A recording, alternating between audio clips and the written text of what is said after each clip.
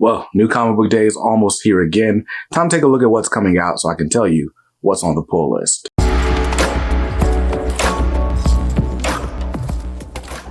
Welcome back to Comics Are Dope. I'm BJ Kicks, and this is my pull list. This is the weekly video series where I tell you of the books coming out this week. This time we're looking at Wednesday, September 20th. I'm going to tell you what's on my pull list, what's on the chopping block, and what's on the maybe list, books I'm going to be making a game day decision on. Now, we always start these books off with the book that I am most excited for.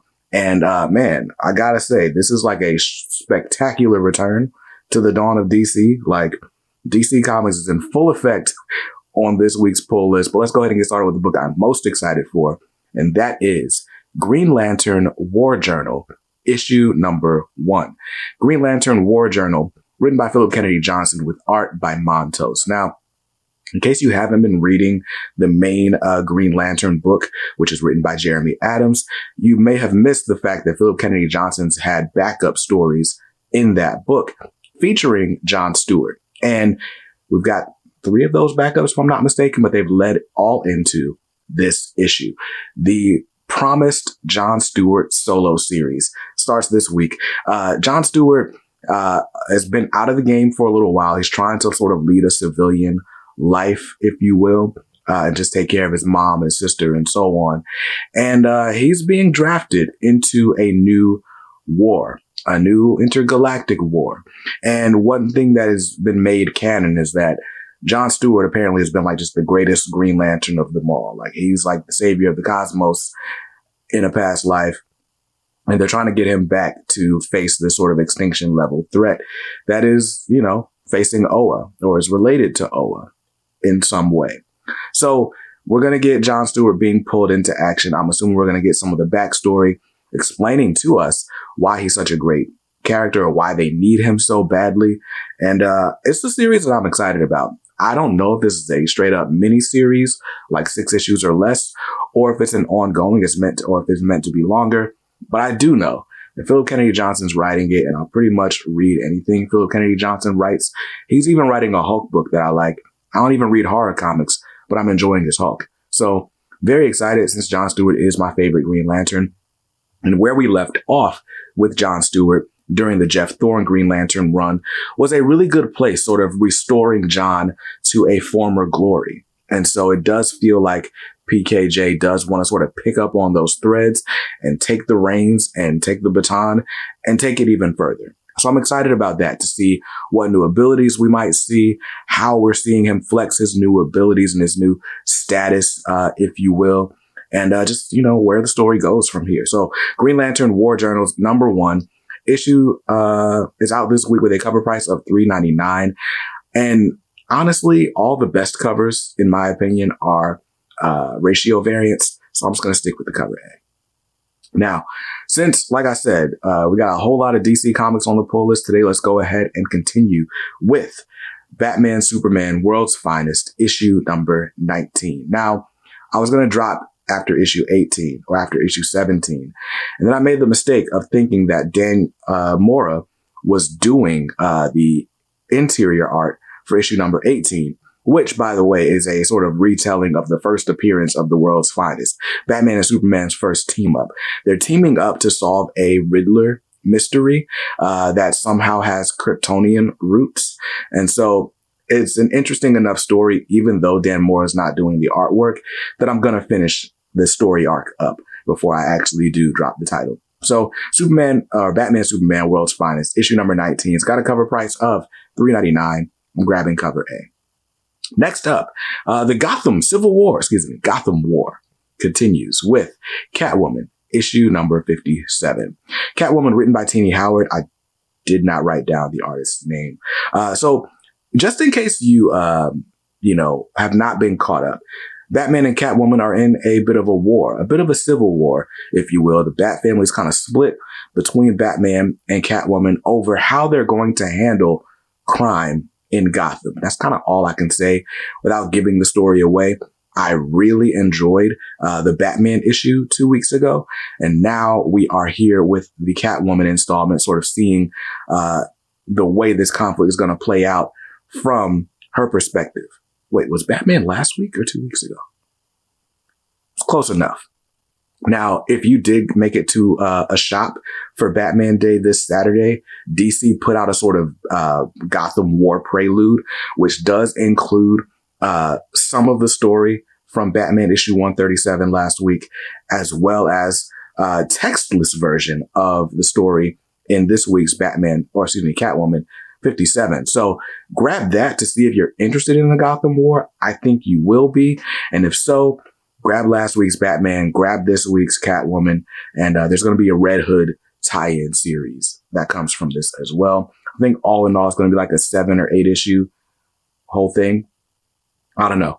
I'm interested enough to pick up Catwoman, and I don't buy Catwoman books. So grab that. Gotham War Part 3 is out this week. Cover price on this is $3.99. I'm just going to grab cover A. And the next book on the DC pull list is Cyborg, issue number 3.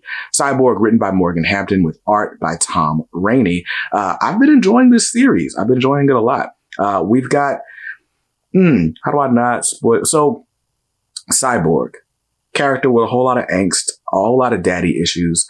We're finding those issues, they're going to be at the very least addressed, if not resolved, through this miniseries. We're at least looking at them through a different lens. Victor Stone is in therapy. Victor Stone really wants to work through his issues and through his anger and not just be a brute. And that's been really cool as he is solving this new mystery of who this is co-opting his father's tech and just why they want to use it. So interesting stuff. I'm really, really enjoying this series. Cyborg issue 3 has a cover price of $3.99. I'm grabbing cover A. And the next book on the DC pull list is Nightwing, issue number 106. If I'm honest, I don't remember what was happening in Nightwing before Night Terrors. We've had a 2-month break in a whole lot of DC books. And I guess the best part of everything returning to the dawn of DC is that every book's on a brand new starting point, a new story arc. So Nightwing 106 is going to have a new story arc starting today. And I'm glad for that. I'm going to grab it. Cover price on it is $4.99, which means it's probably got a backup. Oh, yeah. There have been backups featuring Nightwing and Superman, the son of Kal-El. I got to go back and read Nightwing 105 and see where we are. And next up, cover price on that is $4.99. I'm grabbing cover A. Next up on the pull list is Superman, issue number 6. Superman, written by Joshua Williamson with art by Jamal Campbell, which just makes it a must-buy book, if you ask me. But even without just that creative team, it's been really interesting story-wise. So Superman and Lex have had to sort of team up in a way. And we are learning a lot about Lex's history in Metropolis, history that may have been hidden from us in the past. And let's just say Lex's chickens are coming home to roost, and Superman's the only person that can help. So very interesting stuff going on. In issue 6, we're going to get the first appearance of a new villain, an old villain, someone from Lex's past, perhaps. Interesting stuff. I've been really enjoying Superman. And yeah, it's been a great era for Superman. Between Superman and Action Comics, great Superman storytelling going on in the DC universe right now. So don't miss out. This is a brand new story arc. This is a new starting point if you want to grab it. Issue 6 out this week with a cover price of $4.99. I'm grabbing cover A. And the last book on the DC Comics pull list is a brand new number 1, part of the dawn of DC. This is Wonder Woman, issue number 1. It is written by Tom King with art by Daniel Sampere, which Daniel Sampere did the Dark Crisis, in parentheses, on Infinite Earths event with Joshua Williamson. So if you liked the art in that series, I think you're going to like the art in this series. It's a Wonder Woman book. It's Wonder Woman running around with a sword. I have never, ever read a Wonder Woman book. Not a single issue of Wonder. Well, that's a lie. I've read like 2 issues of Gail Simone's run because I wanted to decide if I wanted to sell my hardcover or not.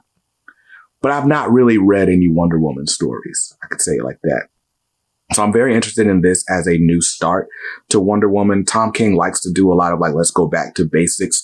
And so at least for a time, you feel like you're getting a classic version of a character.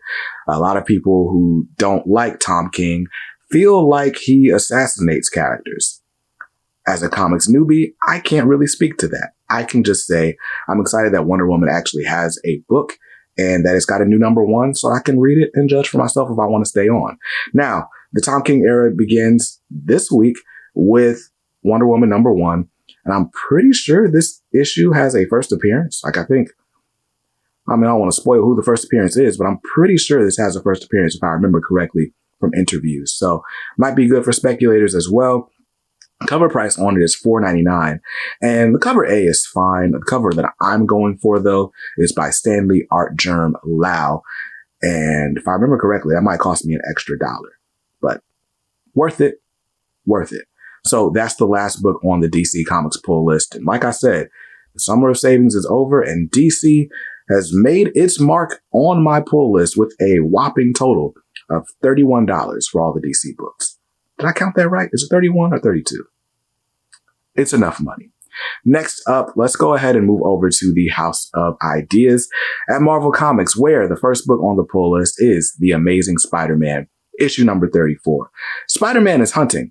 Why is Spider-Man hunting? Well, that would be a spoiler, but we've got Zeb Wells and Patrick Gleason, and for as long as Patrick Gleason is drawing Spider-Man, I'm in.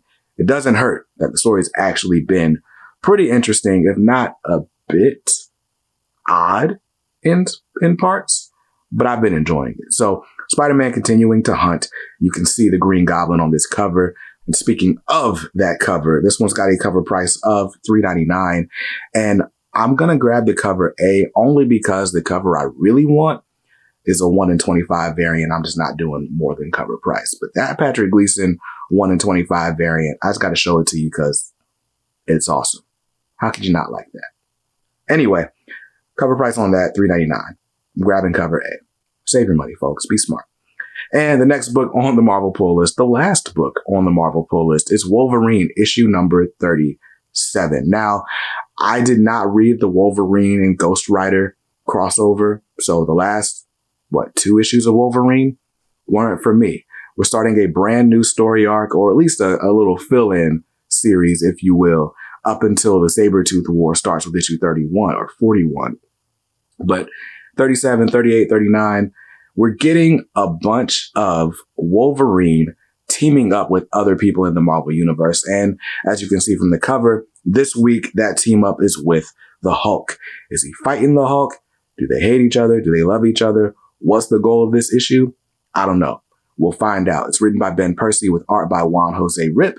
And honestly, I'm not mad at it. I've been enjoying Wolverine. So Wolverine issue number 37 has got a cover price of $4.99.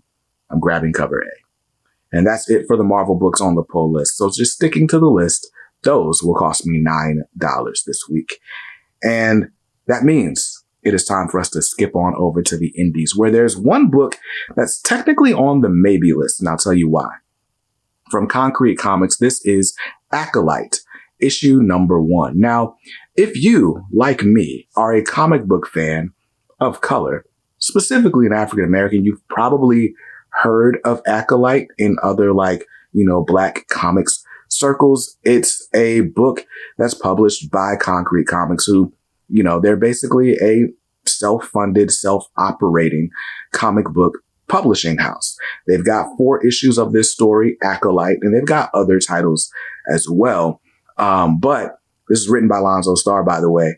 I've never read any of it. A lot of times indie comics, it's just more cumbersome to order them from all of these direct to consumer companies. But as of late, Concrete Comics have gotten secured publishing or distribution through Diamond. And so that means they are available for you to order at your local comic shop. So AKOLYTE issues 1 through 4 are available to pre-order now.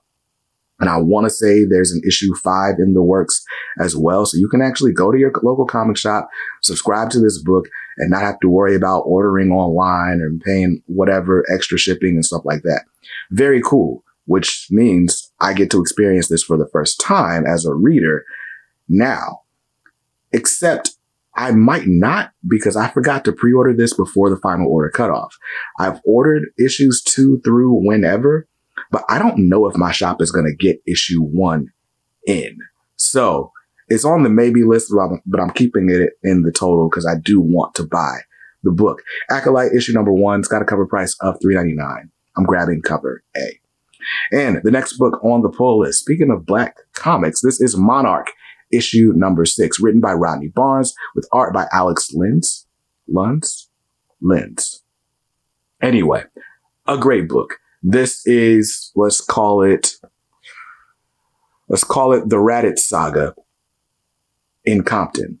There's this kid who's growing up in like foster care, finds out he's an alien, and also finds out that he was supposed to be on a mission to like destroy the human race.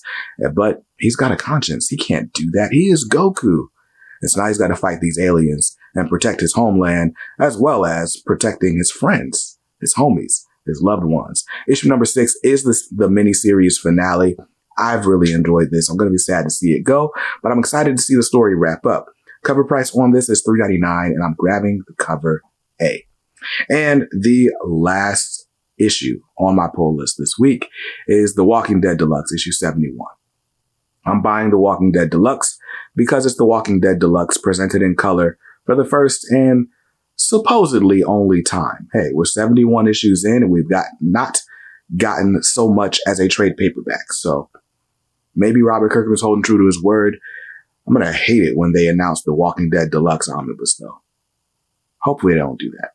Cover price on this is $3.99, and I'm grabbing cover A. That's it for the indie books on the pull list. So if I stick to the list, those indie books are going to cost me $12, which brings my grand total for the week right up against my comic budget at $52. That's before taxes and before my subscriber discount. So I'll be just under the $50 mark. Still on budget.